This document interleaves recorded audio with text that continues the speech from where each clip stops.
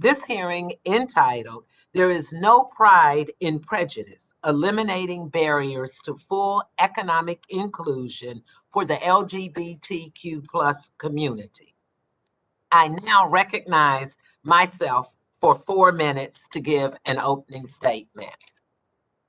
Good afternoon, and I am pleased to convene the Subcommittee on Diversity and Inclusion for a hybrid hearing entitled "There is No Pride in Prejudice, Eliminating Barriers to Full Economic Inclusion for the LGBTQ plus community."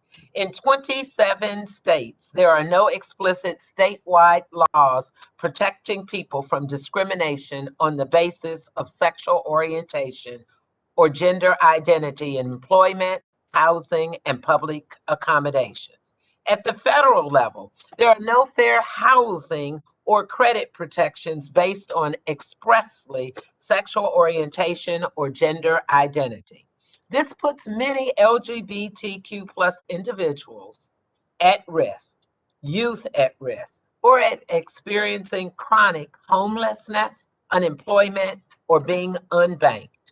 We are a nation of many colors, a rainbow, if you will, and today we will explore the LGBT community and what it faces: systemic barriers to financial inclusion and employment simply because of who we are. Just the other day, I was at a metro high school where young students in a STEM program had one of their categories as LGBTQ plus because they understood the value of diversity. What a great preview for today in having me to have this hearing and to have so many experts. Today, we know it has been documented by a recent Gallup poll of 2021 that 18 million adults are self-identified as LGBTQ individuals. These are our family members, our colleagues, our friends. And every day, these individuals face bigotry, discrimination, especially when it comes to securing safe and stable housing.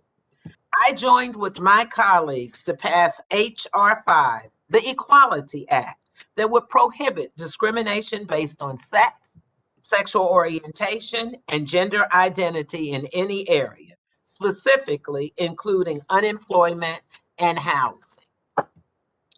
This bill is currently pending in the Senate, but the founding principles in our community are clear. All men and women are created equal and with inalienable rights that one does not forfeit due to their sexual orientation or identity.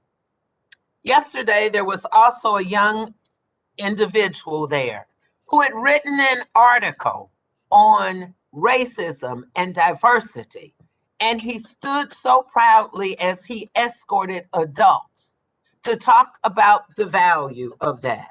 This young man you'll hear more about as I talk to our expert witnesses, and I will give you a quote then by him as we talk to our witnesses. But let me just say, we have a lot to learn about this agenda, and I certainly look forward to the testimony of our witnesses who will not only enumerate the depth of the challenges, but will also share comprehensive solutions to help our country live up to its values.